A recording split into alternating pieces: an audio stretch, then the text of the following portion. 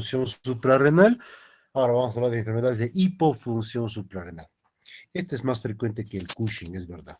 Entonces vamos a hablar ahora de la insuficiencia suprarrenal. La casuística, la prevalencia, no se conoce. Teóricamente en el Perú la relación hombre-mujer es 1/1, pero a ver, ustedes habrán escuchado que en el Perú la principal causa de insuficiencia suprarrenal es tuberculosis pulmonar, y esta abarca a varones y mujeres, hasta incluso los varones pues un poquito más, tienen más tuberculosis. En otros lugares, acá sí nomás, en Ecuador, en Argentina, en Uruguay, qué sé yo, la causa autoinmune es más frecuente que la causa tuberculosa. Entonces, si es autoinmune, es más frecuente en chicas, de ahí viene este dato. Aquí en el Perú es más frecuente, bueno, en ambos géneros en realidad, ¿ya?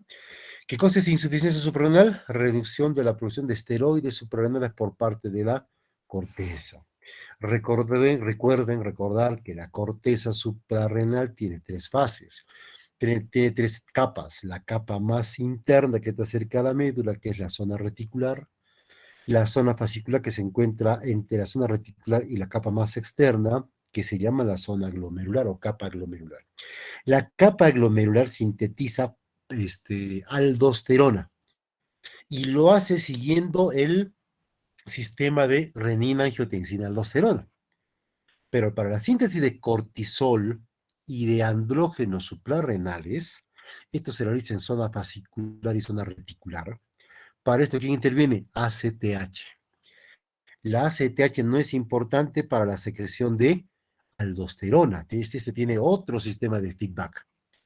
Entonces, ese dato simple les va a ayudar a entender por qué cuando tenemos una insuficiencia suprarrenal por reducción del ACTH, lo que tengo es una insuficiencia suprarrenal más leve, porque la zona glomerular no se altera la secreción de aldosterona. Pero si es un cuadro primario con compromiso de las tres capas, acá sí se va a alterar la zona glomerular y sí va a haber una caída de la aldosterona. ¿Eh? Recuerden entonces, la zona glomerular te bota aldosterona, la zona fascicular te bota cortisol y andrógenos suprarrenales, y la zona reticular te bota cortisol y andrógenos suprarrenales, aunque la cantidad de andrógenos suprarrenales que bota la zona reticular es un poquito más alta, es un poco más alta. Estas dos zonas dependen de ACTH. La zona glomerular no depende de ACTH. Y vean, esta foto es bien, yo siempre la muestro porque es bonita, zona glomerular, zona reticular, zona fascicular. Cuando logras un mejor aumento, puedes ver las células fasciculares que tienen como una especie de gránulos citoplasmáticos que contienen colesterol. El colesterol es el precursor de toda hormona esteroidea. Y en las células de la zona fascicular, pues vas a encontrar, que parece que te da sarampión la célula fascicular, ¿ah? Montón de globulitos de color amarillo en la tinción con hematoxilina y eosina, acá se ve ver un poquito de mejor aumento. Ya, esos gránulos contienen al precursor de todas las hormonas esteroideas, colesterol.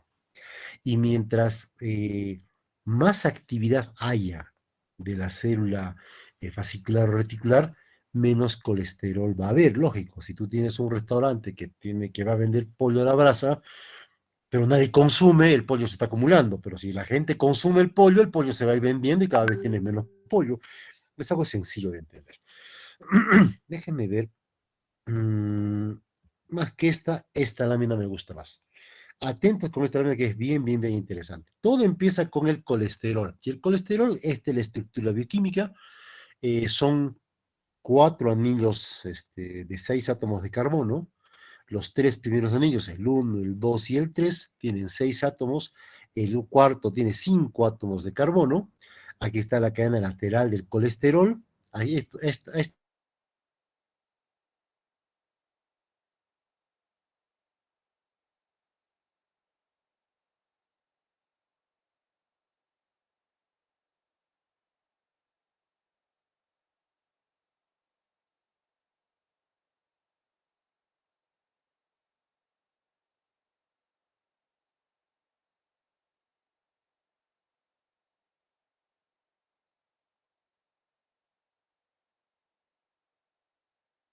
esta lámina, por favor, porque voy a explicar un poquito rápido. Aquí está la 3-beta-hidroxiesteroideshidrogenasa.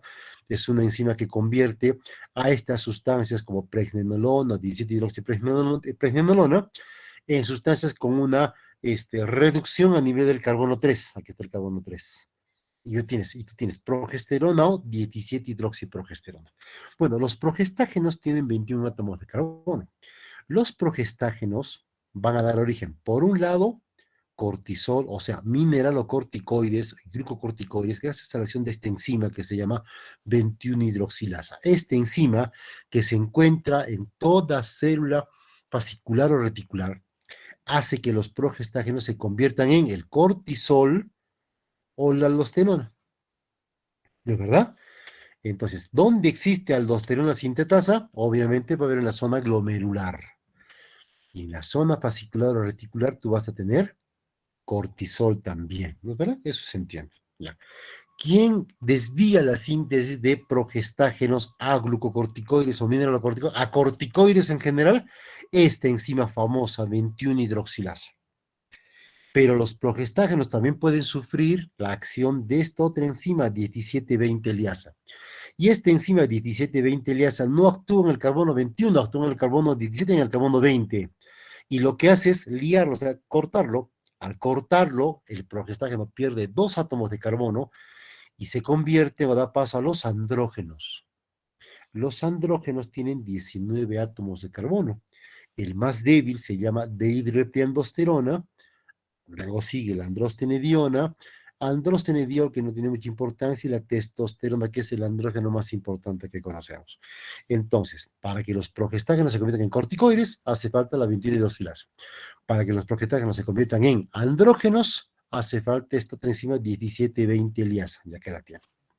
Entonces, ¿la 17-20-liasa existe en corteza suprarrenal? Claro que sí. ¿En qué capa? Reticular. Y también en capa fascicular, pero no en la capa glomerular. En la capa glomerular lo que tú tienes es 21-hidroxilasa y por lo tanto hay aldosterona pero aldosterona principalmente. Y por ahí, bueno, casi no hay cortisol. O sea, que en la zona fascicular yo voy a tener, y en la reticular voy a tener 17-20-liasa y voy a tener 21-hidroxilasa, claro, porque en la zona fascicular y en la zona reticular también hay cortisol. También hay cortisol. Lo que ocurre es que en la zona glomerular no tengo 17-hidroxilasa. De tal forma que la síntesis se dirige toda hacia la aldosterona. En cambio, en zona fascicular y en zona reticular, tengo 17-alfa-hidroxilasa, de tal forma que doy el salto a esta segunda línea y puedo tener cortisol. Para tener cortisol necesito la 21-hidroxilasa.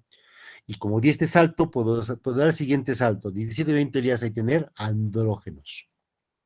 ¿Cuál es el andrógeno suprarrenal más conocido? Dehidroepiandrosterona, aunque utilizamos más su sal sulfatada, el sulfato. Ya. Los andrógenos son precursores de los estrógenos y para esto pierdes un átomo de carbono, haciendo que el primer anillo se convierta en un anillo bencénico con dobles enlaces que rotan. Ese es un anillo bencénico. Este proceso que se llama aromatización lo hace una enzima que se llama aromatasa. Enzima que existe en testículo, que existe en ovario, pero no existe en corteza suprarrenal, porque la corteza suprarrenal no produce estrógenos. Ese es patrimonio de los ovarios y de los testículos, que también producen estrógenos. Entonces, la aromatización, esta es una enzima que está en el hígado, que está en tejido adiposo, pero principalmente en gónadas. Aquí tengo producción gracias a esta de estrógenos, que tienen 18 átomos de carbono y que vienen de su precursor natural, que son los andrógenos. Las células de la corteza suprarrenal no tienen aromatasa. Por esa razón, las células de la corteza suprarrenal te pueden sintetizar cortisol, andrógenos suprarrenales, principalmente dihidroepiandrosterona y por ahí androstenediona, y en el caso de la zona fascicular y reticular, cortisol, porque esas células pueden tener acción de 21-hidroxilasa. Las gónadas no tienen acción de 21-hidroxilasa, por eso las gónadas no producen cortisol ni aldosterona. Pues ya van viendo ustedes, de acuerdo a qué tipo de tejido tenemos, qué enzima va a sobrar, qué enzima va a faltar. Con este pequeño preámbulo, entonces, ¿qué cosa es una insuficiencia suprarrenal? Caída de los corticoides, perdón, de los de andrógenos suprarrenales o de cortisol o de aldosterona, caída de las hormonas esteroideas de origen suprarrenal. Puede ser primaria, es decir, hay una lesión, destrucción de la glándula suprarrenal, o puede haber falta de alguna de estas enzimas, por ejemplo, que te falte 21-hidroxilasa, no hay cortisol y tú vas a hacer una insuficiencia suprarrenal primaria. Cuando te falta la 21-hidroxilasa aparece esta enfermedad, hiperplasia suprarrenal congénita, que se manifiesta principalmente por insuficiencia suprarrenal. Y otra causa para que no exista cortisol o andrógenos suprarrenales es que no hay ACTH. Pues. ¿Y por qué no hay ACTH? Porque hay una enfermedad hipotálamo hipofisaria o porque el eje hipotálamo hipofisario se encuentra en ausencia de enfermedad del hipófisis hipotálamo, se encuentra bloqueado por el uso crónico de glucocorticoides. ¿Dónde se ve eso? Reumatología, dermatología, gente que usa mucho corticoides, ustedes han escuchado, si dejas de tomar la pastilla, te vas a dar insuficiencia suprarrenal, pero tiene que ver con eso, porque si tú dejas la pastilla que estás tomando, prednisona, por ejemplo, bruscamente, esto es teoría, te va a dar una insuficiencia suprarrenal porque el eje córtico suprarrenal se encuentra suprimido, bloqueado por el uso crónico de corticoides. Esa insuficiencia suprarrenal que ocurre es secundaria, o sea, hay una supresión del eje hipotálamo hipofisario. No es un problema del adrenal, es un problema de la hipófisis. Ya. ¿Cuál es la principal causa en el mundo de insuficiencia suprarrenal primaria? En el mundo occidental, en el mundo semidesarrollado, la causa autoinmune. Esta causa autoinmune es la segunda causa en el Perú. Bueno, esto es lo que siempre se dice. Creo que no hay ningún estudio que avale eso. Yo quiero que ustedes, muchachos, ustedes, yo estoy seguro que han escuchado que la tuberculosis es la principal causa en el Perú. Ya, eso aparentemente es así, porque el Perú es uno de los países que tiene más altas tasas de tuberculosis en Latinoamérica. Aparentemente es así, ¿ya? Pero yo no recuerdo, no tengo conocimiento al menos de ningún estudio donde hayan hecho examen anatomopatológico de la suprarrenal y haber encontrado en ese tejido bacilo alcohol ácido resistente, que es la única forma para estar seguros de que esa insuficiencia suprarrenal es tuberculosa. Suponemos, creemos. Yo no estoy tan seguro. Yo no estoy tan seguro. Así que se puede ser un bonito tema de investigación para que quiera hacer una investigación de verdad. Yéndonos a lo que todo el mundo dice, la causa más frecuente en el Perú es tuberculosis, eso dice todo el mundo. Yo lo pongo en duda, yo. Pero si alguna vez a ustedes les preguntan cuál es la primera causa, atrévanse a dudar. Tuberculosis sí, pero no sé, busquen, a ver, haga una investigación bibliográfica, busquen estudios peruanos donde digan, con biopsia de la suprarrenal, que esa insuficiencia es por causa de tuberculosis. Si no, esto es masturbación colectiva.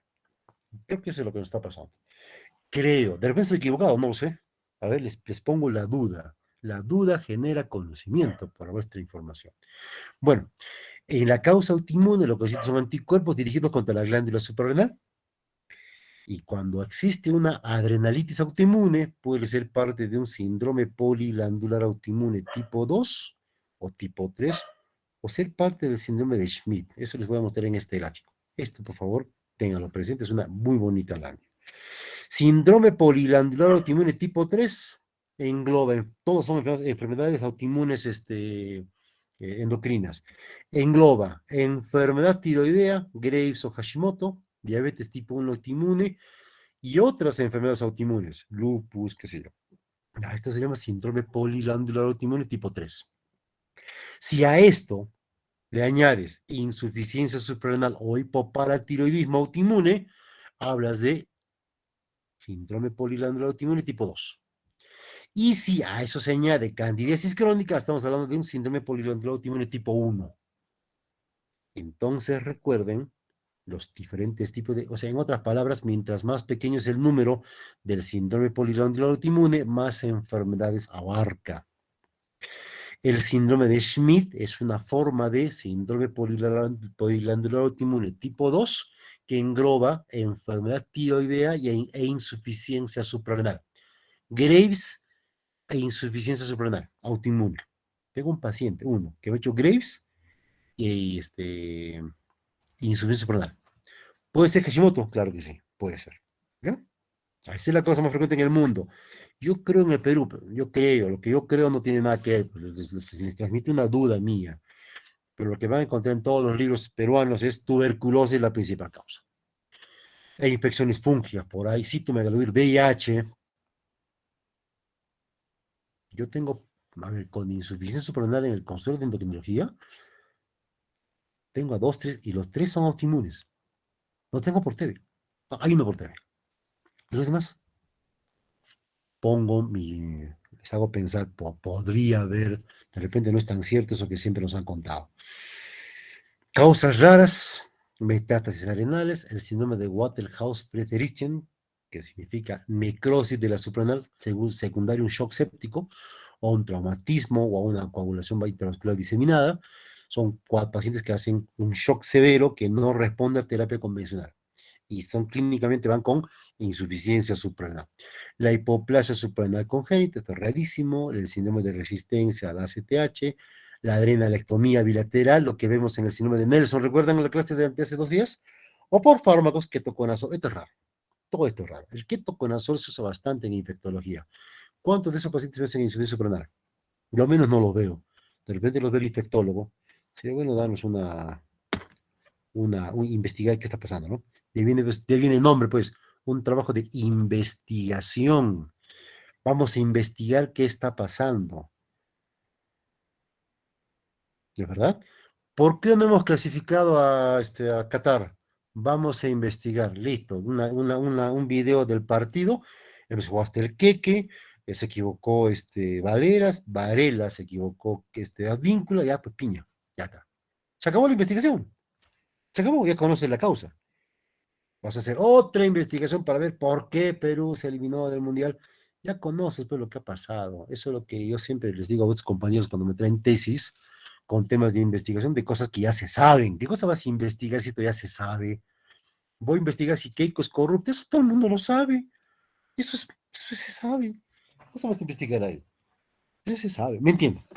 La investigación busca responder un problema, una pregunta de investigación. Vamos a investigar qué está pasando. Ya. Causas secundarias, hipopituitarismo o reducción brusca del uso crónico de corticoides. Para evitar este uso brusco que yo nunca he visto, nunca he visto. Para evitar esto, ¿yo qué hago a los pacientes? Doctor, me va a quitar la prednisona, perfecto. ¿Cuánto tomas? 50. Y a mañana tomas 5 en la mañana y 2,5 en la tarde. No pasa nada. No pasa nada. Tengo muchos pacientes que por su cuenta han retirado bruscamente su prednisona, su dexametasona brusca, solitos. Una semana después, buena presión. Oye, no tienes, le preguntas por signos de insuficiencia suprarrenal, no tiene nada. Entonces, este concepto que está en todos los libros, yo lo pongo en duda. A mí no me ha yo no he visto, ¿no? Investigaremos, pues. De ahí vienen los trabajos de investigación, muchachos. De ahí viene. ¿Cuál es la clínica de la insuficiencia suprarrenal primaria? Recuerden que el cuadro primario, como tiene compromiso de la zona glomerular, tiene cuadro clínico mucho más agresivo, vistoso, amplio. La clínica es insidiosa. ¿Mm? Habitualmente se hace el diagnóstico dentro del contexto de una enfermedad intercurrente. O sea, es un paciente que tiene su insuficiencia suprarrenal y está tranquilo con su vida, tranquilo, no pasa nada, hasta que le viene un estrés severo, importante, por ejemplo, una apendicitis, o una fractura de cadera, o un COVID. Hay una enfermedad intercurrente. En cualquier enfermedad intercurrente, los requerimientos de cortisol, que es la hormona de estrés, aumentan. Y es ahí cuando se nota más la insuficiencia suprarrenal y aparece la clínica como crisis addisoniana, que es una emergencia médica, donde el paciente viene con hipotensión que no responde a medicación convencional, a cristaloides, qué sé yo, no responde. Viene con náusea, vómitos, diarrea, poco apetito y una presión que cae. Esa es una crisis addisoniana. Crisis. Una cosa es crisis adicional, que es la crisis suprarrenal, y otra cosa es la insuficiencia suprarrenal, que tiene clínica que es mucho más leve. Una cosa es la clínica leve de un cuadro crónico, otra cosa es la clínica en el cuadro de estrés, que es habitualmente un cuadro agudo. Cuando te faltan corticoides, cortisol, por ejemplo, vas a tener esto. Te cansas, debilidad, pierdes peso. Cuando te falta aldosterona, vas a tener hipotensión, náuseas, dolor abdominal, a veces vómito.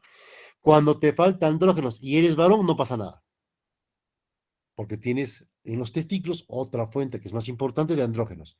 En las chicas se nota más el déficit de andrógenos suprarrenales. Así, sí, se les cae el vello pubiano y axilar. Mejor, pues, mejor. Sí, podría ser. Aquí esto ya no es mejor. Reducción de la libido. Esto ya no es bueno. Las chicas tienen líbido. Claro que sí, deben tener líbido, lógico. Cuando tengan relaciones sexuales o cuando tienen relaciones sexuales, ¿se imaginan que sean sin líbido? Sin tener ese deseo sexual, qué aburrida sería la vida. No, gracias a los andrógenos, las chicas pueden disfrutar de una relación sexual, por supuesto consentida, se supone, ¿no es cierto? Una relación sexual no consentida no es relación sexual, eso es un abuso. Eso no es relación sexual. Consentida. Con el chico que te gusta o con el que no te gusta, consentido. Ese líbido lo da andrógenos suprarrenales. Este es el Addison. El Addison viene así. En la insuficiencia suprarrenal primaria aumenta el ACTH, pero no solo aumenta ACTH, aumenta también la hormona melanocito estimulante y las beta endorfinas, pero sobre todo, pero aumenta las tres. Las beta endorfinas, sin embargo, para poder tener un efecto que se sienta, requiere de corticoides.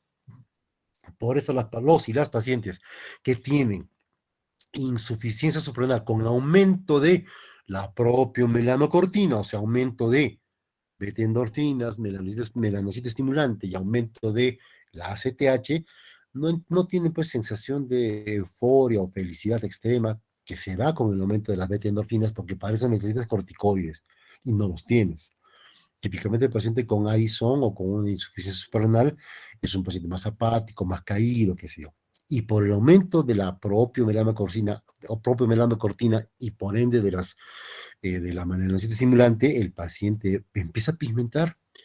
Pigmentas codos, muñecas, rodillas, se pigmenta toda la piel en general, se pigmentan los pliegues, mira cómo se pigmentan las uñas, se pigmentan las mucosas, insuficiencia suprarrenal. Insuficiencia suprarrenal. Esta foto es preciosa. Este paciente tiene vitíligo autoinmune y techo adrenalitis autoinmune. O sea, es un síndrome poliglandular autoinmune tipo 2. Qué linda. Mira cómo pigmenta las uñas. Este es un paciente nuestro del hospital regional. Ese color oscuro de la piel con pigmentación de la mucosa, de la mucosa oral en un paciente delgado. Este es un paciente peruano, tiene, como todos los andinos somos, tiene pómulos sobresalientes, nariz aguileña, así somos los peruanos, pues somos los andinos. Pero no con este color de piel, somos un poco más claritos, un poquito más claros. Ellos te hacen así. ¿Qué es esto? Es un paciente con Addison. ¿Crisis addisoniana? No, está con presión todavía normal. Crisis addisoniana implica la clínica que les acabo de contar. En los cuadros secundarios, tú vas a tener también la clínica del cuadro de hipopituitarismo, de esto ya no voy a hablar. No hay hiperpigmentación porque no hay propio melanocortina y se afecta menos el equilibrio hidroelectrolítico porque el eje de la aldosterona se mantiene bien, por lo tanto no hay mucha, puede haber, pero no hay mucha hiponatremia, hipercalemia. No hay un compromiso hidroelectrolítico marcado, recuerden eso. ¿Cómo hago el diagnóstico de insuficiencia suprarrenal? Cuando tengo la duda, cuando tengo clínica, vamos a confirmarlo, dosaje de cortisol. Y se dosa cortisol en ayunas, o sea, cortisol basal a las 8 de la mañana. Te sale por debajo de 5 microgramos por decilitro, ya tienes el diagnóstico. Te sale más de 14, descartas el diagnóstico. Ojo, esta medición de cortisol es sin que el paciente haya recibido tratamiento con hidrocortisona, con prednisona, con cosas de ese tipo. Porque nos ha pasado, este paciente llega, por ejemplo, a la emergencia, crisis adrenal, vamos a comprobar, le dosaremos cortisol, no, ya había recibido hidrocortisona. No, pues no se puede conformar, no se puede no se puede asegurar que realmente tenga el cuadro, aunque toda la clínica se hace pensar que sí. En los cuadros primarios vas a encontrar una ACTH que se encuentra alta. La ACTH en el Cusco no me la pueden dosar, aunque hoy día he visto un paciente que me dosaron ACTH. En los primarios está alta, en los cuadros secundarios tienes ACTH baja. En los cuadros primarios vas a tener, y en los secundarios también, dehidroepiandrosterona baja. En los cuadros primarios hay aldosterona baja. En los cuadros secundarios, la aldosterona está normal, normal. Muchas veces el solo dosaje no te da la información, o a veces te sale valores, por ejemplo, te sale 10, te sale, no sé, pues 6, no puedes definir con certeza si realmente tiene una insuficiencia suprarrenal. Para eso hay que estimular a la glándula suprarrenal y ver si responde al estímulo. Si responde al estímulo, no es una insuficiencia suprarrenal. ¿Y cómo estimulo el eje? Una forma de estimular el eje es la intercurrencia. Si viene un paciente con COVID, hay con insuficiencia respiratoria, o viene el paciente con, no sé, pues, un traumatismo encefalocraneano, o sea, una enfermedad concomitante, esa enfermedad concomitante, cuando altera signos vitales, se convierte en un estrés ideal donde debería responder la glándula suprarrenal. Entonces le puedo dosar cortisol en estrés y comprobar el cuadro, pero muchas veces no vas a esperar que ese estrés venga para que tú hagas el diagnóstico. Entonces, vamos a inducir un estrés. ¿Y cómo induces estrés? Generando hipoglicemia. Eso es un estrés inducido. ¿Cómo? Con insulina. ¿Cuánto? 0.1 unidades de insulina por kilo endovenoso, en bolo. Y luego le vas a medir al paciente su glucosa y hay que ver cómo va bajando. Hay que esperar a que baje por debajo de 40 o que el paciente me haga síntomas de neuroglucopenia, empieza a hablar incoherencias, dice que está mareado, y empieza a hablar, a veces hace disartria. En ese momento hay que medirle cortisol, porque lo que yo espero cuando baja la glucosa es que el cortisol se eleve. ¿Cuál es la respuesta normal? Que el cortisol esté por encima de 18 durante la hipoglicemia. Si no te sube por encima de 18, insuficiencia suprarrenal. Claro, esto tiene sus matices, por supuesto. Esto tiene sus matices. La prueba de hipoglicemia tiene un riesgo. ¿Cuál es el riesgo? Que generes hipoglicemia. Pues ese es el riesgo. Es un poco complicado, fastidioso, pero es lo único que tenemos, porque acá en el Perú no tenemos ACTH como fármaco. No hay en otro lugar, sí, acá no tenemos esto. No tenemos ACTH. Entonces usamos la hipoglicemia insulínica. Recuerden, si es insulina endovenosa, debe ser insulina R. Eso ustedes ya saben. Otra forma de estimular el eje es con ACTH. Se llama tetracosasin. 250 miligramos intramuscular o endovenoso. ¿Qué cosa es este tetracosasin? ACTH sintética. Y dándole ACTH, si es un paciente normal, el cortisol se va a disparar por encima de 20. Si el paciente tiene insuficiencia suprarrenal primaria, el cortisol no va a subir tanto. Esta prueba es mucho más segura, técnicamente es mucho más simple. Esta requiere muchos recursos, pero esta es la única que tenemos. ¿Qué vamos a hacer? Es la única que tenemos. Si un paciente tiene insuficiencia suprarrenal secundaria y sospechas que es secundaria, me prefiero que utilices la prueba insulínica y vas a dosar cortisol y al mismo tiempo ACTH. Si es una insuficiencia suprarrenal primaria, en respuesta a la insulina, tú vas a tener cortisol bajo y ACTH alta, ¿no es verdad? Pero si fuera secundaria, vas a tener ACTH baja. Por eso acá dicen, claro, es la prueba más útil para diagnosticar insuficiencia suprarrenal secundaria, siempre y cuando doses también ACTH, que no se te olvide ese siempre detalle. ¿Qué vas a encontrar en otros análisis de laboratorio en un paciente con insuficiencia suprarrenal y más concretamente cuando hacen crisis suprarrenal?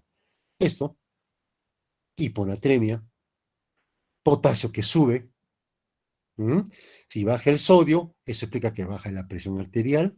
Si baja la presión arterial, aumenta la urea y la creatinina por una insuficiencia prerrenal. Vas a poder hacer esta acidosis metabólica hiperclorémica por insuficiencia prerenal, y esta insuficiencia prerenal te va a llevar a un hiperaldosteronismo, pero a un hipoaldosteronismo. ¿Por qué? Porque es un cuadro primario, se pueden elevar las transaminasas, puede haber hipolisemia, y en el hemograma todo baja, excepto los linfocitos y los eosinófilos, todo baja. Vas a tener anemia, vas a tener leucopenia, neutropenia, con eosinofilia, con linfocitosis. ¿Mm? Imágenes, una taja abdominal para que veas cómo están las suprarrenales, radiografía de tórax, encuentras sospecha de TB, listo, adrenalitis TB. No debería ser así, no debería ser así. Hipófisis, para ver cómo se encuentra la hipófisis, una resonancia de hipófisis. Bueno, de eso ya no vamos a hablar mucho, porque de eso ya conversamos bastante. Algoritmo diagnóstico, sospechas, pide cortisol y ACTH. ¿Mm? Y mejor todavía si pides con una prueba de estimulación con insulina, no con ACTH.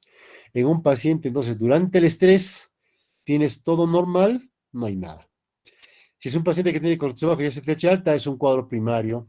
Cortisol bajo con ACTH baja es un cuadro secundario.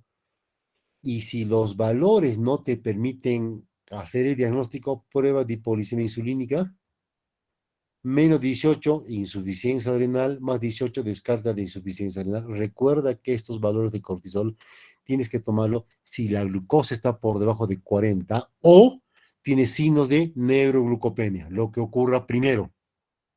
O se ve que el paciente ya está hablando incoherencias con glucosa de 60, no, tengo que bajar a 40, no, ya está haciendo neuroglucopenia, empieza con la prueba. ¿Cuál es la terapia? Esta es la terapia. Durante la crisis no hay nada mejor que hidrocortisona. Esta es la dosis en crisis, 300 miligramos día.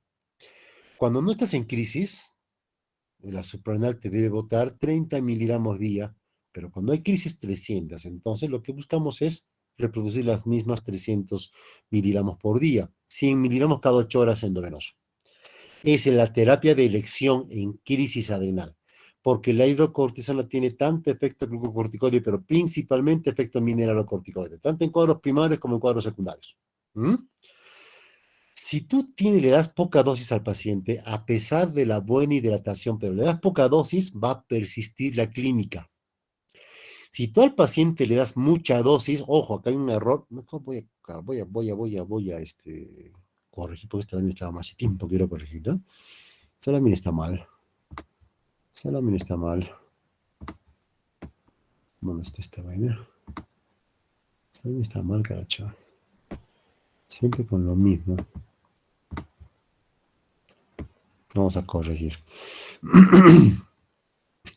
No todo es de Cushing.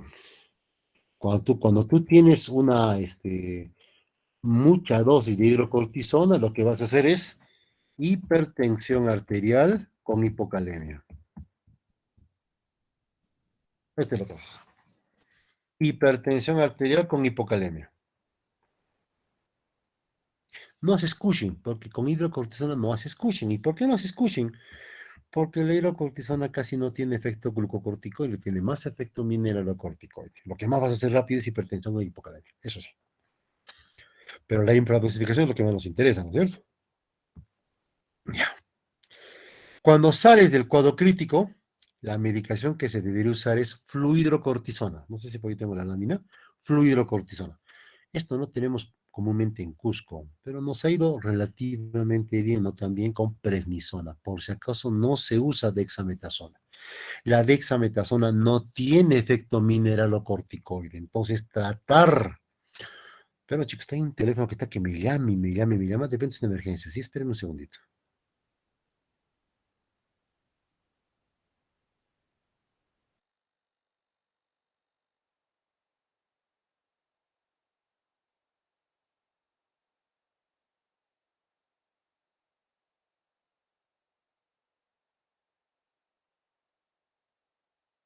No era una emergencia, decir, del banco. Le ofrecemos un crédito, güey. Efectivo disponible. Es un disfrazado de emergencias, caracho. No se usa dexametasona, lo que usamos aquí en Cusco es prednisona. ¿Cuánto usa el neumólogo para su enfermedad autoinmune? ¿Cuánto usa el reumatólogo? 1 miligramo por kilo. ¿Cuánto usamos para terapia de reemplazo de insuficiencia suprarrenal? 5 miligramos al día, que equivale a los 25 de hidrocortisona. O podríamos utilizar 7.5, 5 en la mañana y 2.5 en la tarde. No se usa dexametasona. No se usa dexametasona. Lo ideal es darle fluidocortisona. Esto no tenemos, bueno, hay en el Perú, pero no sé por qué el Hospital San Bartolomé y el Hospital del Niño han monopolizado este medicamento para tratamiento de insuficiencia suprarrenal por hiperplasia suprarrenal congénita. Y ahí se han agarrado, es su reino estos patas, como si esto fuera algo complicado de tratar. ¿No? Qué tontería. ¿Cuánto es la dosis? 0.1, 0.2 miligramos día. ¿Qué te interesa? Que no haga clínica el paciente. O sea, que no me haga hipotensión ni me haga ortostatismo. Y eso consigues con esta dosis. Y al final todo depende de la clínica. Tú puedes tener una menor dosificación y el paciente va a seguir con la hiponatremia, va a seguir con la hipotensión, la debilidad, etcétera. Si le das mucha dosis, recuerdan, hipotensión con hipopotasemia. Y vas a ganar peso. ¿Por Cushing? No, porque retienes agua. Porque retienes agua. ¿Ya? Y habitualmente la terapia es permanente, porque habitualmente la insuficiencia suprarrenal es permanente para toda tu vida. En el caso de tratarse de una chica, a veces hay que darle tratamiento con andrógenos, no adrenales, sino andrógenos por vía oral, o mejor, tuve en parche, ahora hay en parche. Voy a cambiar esa lámina, andrógenos adrenales orales. ¿Qué es eso? De hidropiandosterona sulfato no existe. Esta mañana algunos de los compañeros me decían, hay unos libros que han sacado de las clases que yo daba. Me gustaría revisarlos para, por ejemplo, corregir estos horrores, ¿no? Andrógenos, andrógenos, ahora vienen parches, unos parches de testosterona que te libera lentamente cuando haya disfunción sexual. Había a veces veo parejas, hay colegas, ¿ah? Parejas jóvenes, este, vean, ¿ah? Para que vean que esto no es moco de pavo, a veces la gente se ríe. Alguna vez un colega viene y me dice, oye, ¿qué hago mi señora, esta- la domitila, mi esposa, oye, no, no, no, no quiere nada. Le digo su menopausia, no quiere nada. ¿Qué hago? Voy a buscar afuera de la casa, que no sé qué, bla, bla, bla. No, dale tratamiento, le doy unos parchecitos y un mes después el tipo vino contento para que vean que la sexualidad es importante en un matrimonio. Y tampoco, si no hay matrimonio, por supuesto que es importante. Ya, cuando un paciente tiene insuficiencia suprarrenal y está con su medicación, está tranquilito, va a sus fiestas, que yo, y los pacientes siempre tienen una orden que se les da. ¿Cuál es la orden? Si te resfrías o te da COVID o lo que sea, duplica la dosis. Duplica la dosis. Si te vas a someter a una enfermedad quirúrgica o te van a hospitalizar, duplica la dosis. O pasas a hidrocortisona si haces crisis adrenal. El paciente sabe. Le da un poquito de resfrío, ya, duplicarle la dosis. La diarrea, duplicarle la dosis. Pero si viene con clínica ya de crisis adrenal, aquí, caballero, tienes que pasar hidrocortisona, la cual se da 100 miligramos cada 8 horas durante los primeros 24, a veces 48 horas. Y luego poco a poco vas bajando, porque el estrés de la enfermedad o de la cirugía, si el paciente se le van a operar, por ejemplo, el estrés de la cirugía, es mayor en el primer momento. Después poco a poco va bajando, poco a poco va bajando la dosis. Este es un esquema, por ejemplo. A la semana llegas a la dosis habitual. Ya, chicos, nada más, esta parte era bien pequeñita. ¿Alguna pregunta de la clase de hoy? Dime, Julisa. Doctor, mencionaba que cuando hay elevación de la STH también se eleva la melanocito estimulante y las Porque se beta-endorfinas eleva no una suele, hormona que se llama la propia propiomelanocortina. Es una pero cadena larga que tiene tres partes. Una parte es la CTH, otra parte es la melanocito estimulante y otra parte son beta endorfinas. Dime. mi pregunta iba para, mencionaba que debíamos, las beta-endorfinas no se activaban cuando, por ejemplo, había una elevación por ejemplo, en la insuficiencia renal, no había elevación de las beta-endorfinas, No, se pero elevan, mencionaba, pero se elevan. Claro que cómo no se van a elevar, se elevan, pero no se ve el efecto porque te falta cortisol. Claro que se elevan. Ujú. ¿y en qué casos, o sea, doctor, les dan corticoides a los pacientes y se ve ese efecto de las beta-endorfinas? No hace falta darle corticoides para que se vea el efecto de la beta endorfinas. Le damos corticoides solamente cuando hacen clínica de insuficiencia suprarrenal.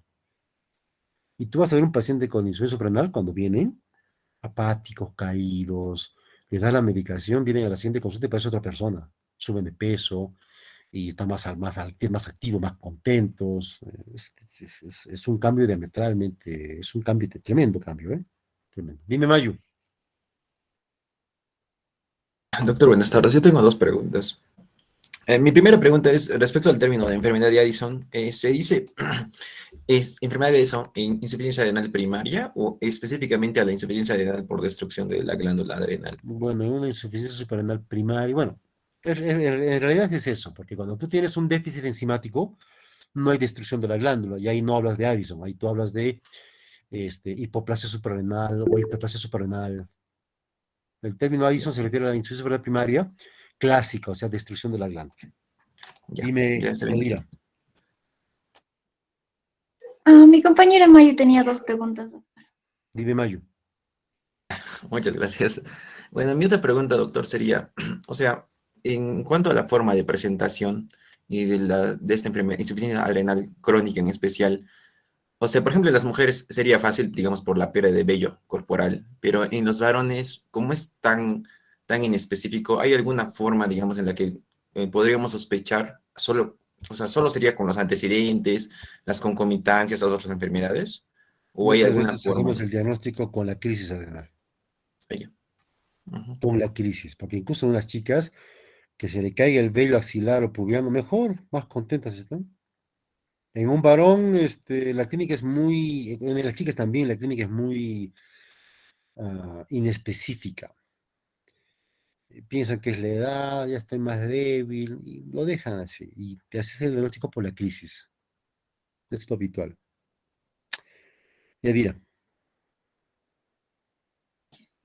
Sí, doctor. Disculpe, doctor. Usted mencionó que para el algoritmo de diagnóstico tenemos una sospecha y hacemos la prueba de estimulación perdón, nos recomendó hacer la prueba con hipoglicemia insulínica. Y si nos salió empieza un siempre valor, con tu dosaje simple. Empiezas con dosaje de cortisol y ACTH, sin ajá, hacer ninguna prueba de estimulación. ya. Si en esa prueba simple tienes el diagnóstico, ya no hace falta la prueba. La prueba es para someter al paciente a un estrés. Entonces, aumenta el rendimiento de la prueba, pero si en la primera tú ya tienes el diagnóstico, no hace falta la segunda fase.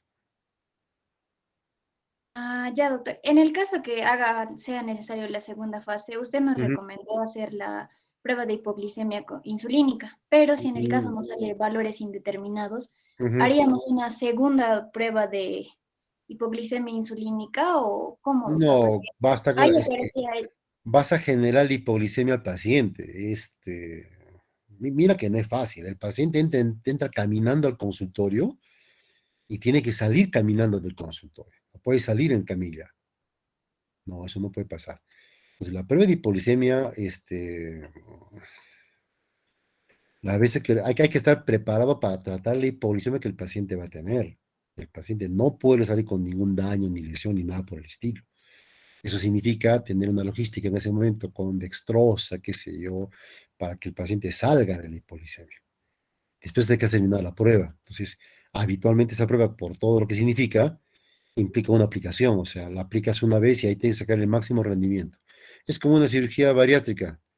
Te operan del estómago y tienes que bajar de peso. Si no bajas de peso, no hay segunda cirugía. Es algo así. Ahora se entendió. sí, doctor, muchas gracias.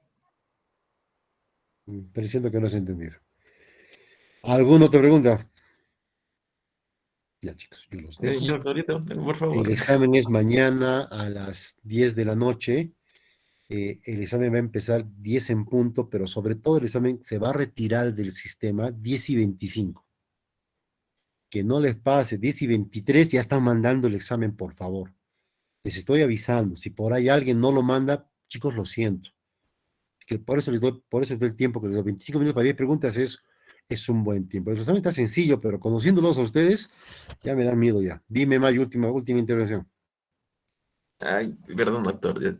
Bueno, es en cuanto a los en laboratorios, en esta insuficiencia adrenal, ¿se puede usar la natremia para diferenciar la primaria de la secundaria? Porque, por ejemplo, ya había leído que Te puede que la, servir, que la- pero el ay, problema de disculpa. los cuadros secundarios pueden ir con hiponatremia. Los cuadros secundarios pueden hacer crisis y las crisis van con hiponatremia. Ahora, la crisis adrenal es más frecuente en el primario que en el secundario.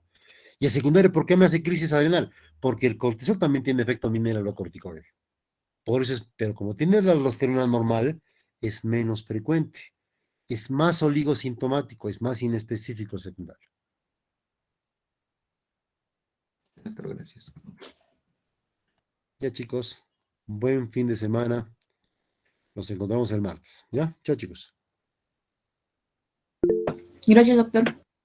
Gracias, Chao, cuídense mucho. doctor. No, muchachos, chao.